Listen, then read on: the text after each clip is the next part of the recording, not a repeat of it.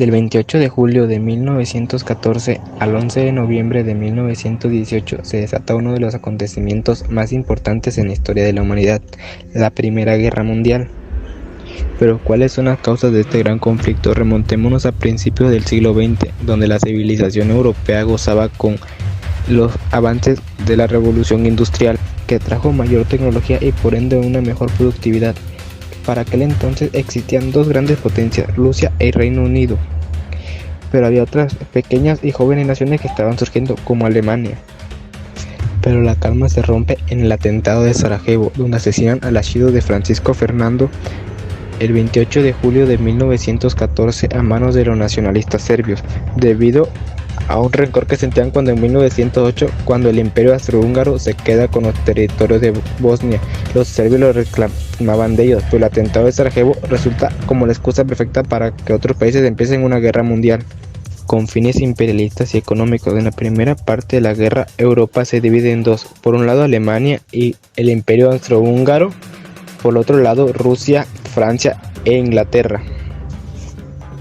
La primera acción de guerra por parte de Alemania fue invadir Francia por Bélgica, llevando a los franceses a cavar trincheras, convirtiéndose así en una batalla de trincheras que impedía que los soldados avanzaran. Pasaban meses, años e incluso en una sola trinchera, lo que ocasionaba severas y mortales enfermedades a los soldados por las insalubres condiciones de vida.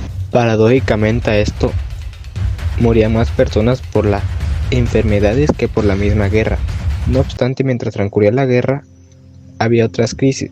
Por ejemplo, Rusia pasaba por una economía desestabilizada y había una gran crisis. Los rusos pasaban hambre, la economía estaba por los suelos.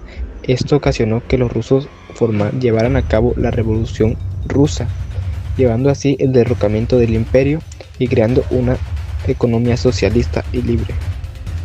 En contra de Alemania también, en 1915, el Reino de Italia, que antes formaba parte de la Triple Alianza, se terminó moviendo a la Triple Entente por sus propios intereses. Finalmente, el cuadro quedó de la siguiente manera. Por un lado tenemos a la Triple Alianza formada por Alemania, el Imperio Austrohúngaro, Turquía y Bulgaria. Y por el otro lado tenemos a la Triple Entente, formada por Gran Bretaña, Francia, el Imperio Ruso, que abandonó la guerra en 1917, el Reino de Italia, Serbia, Japón, Bélgica, Rumania, Portugal, Grecia, China y Estados Unidos.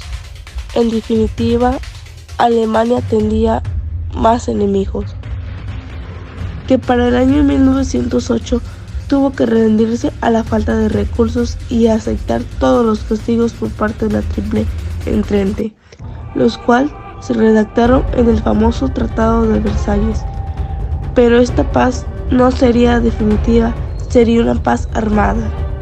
La Primera Guerra no concluye en nada, solo fue una etapa previada o verdadera guerra que se viviría en 1939.